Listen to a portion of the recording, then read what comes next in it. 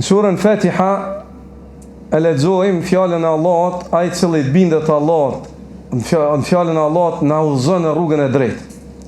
Ihdina as-sirata al-mustaqim. Dhe Allah subhanahu wa taala e cilëson atë rrugë duke i përmend pasuesit e saj, apo ata të cilët janë hecin në ta. Dhe duke i cilësuar ata që ata janë ata të cilët Allah i ka begatu me të mirat e tij. Na udhëzon rrugën e drejtë, ihdina as-sirata al-mustaqim, sirata alladhina an'amta alehim, na udhëzon rrugën e drejtë, në rrugën e atyre që i begatove me të mirat e tua. Dhe Allah në surën Nisa i cilëson se kush janë ato kategori të cilat janë të begatum nga Allah subhanahu wa taala. Thot Allah i lartësuar: "Wa man yuti' Allaha war rasula", ai i cili bindet Allahut dhe lajmtarit, fa ulaika ma alladhina an'ama Allahu alehim, ai do të jetë me ata të cilët Allah i begatoi me të mirat e tij. Do thonë pasues e rrugës drejt. Minan nabiyyin, nga profetët. Dhe profet, njeriu nuk është të zgjedhë, Allah të zgjedh. Dhe kjo ka mbaru me ardhin e Muhamedit sallallahu alaihi wasallam, do të thotë askush nuk mundet me shpresu mu bë profet më.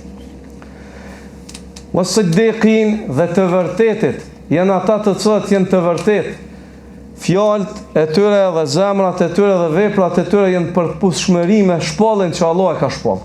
Janë ata të cilët janë të pajisur me dituri dhe me vepra dhe thrasin rrugë të Allahut subhanahu wa taala. Dhe kategoria e tretë janë dëshmorët, ata të cilët luftuan në rrugë të Allahut derisa Allah azza wa jalla i zgjodhi dhe i bëri dëshmor.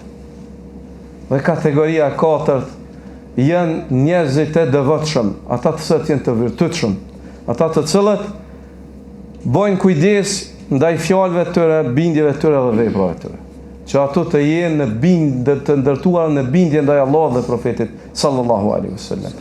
Këto janë kategoritë e pasuesve të rrugës drejt dhe kategoritë e banorëve të xhenetit. Ose profet, ose i vërtet, ose dëshmor, ose nga njerëzit e devotshëm. Dhe këta janë kojshit e xhenetlive.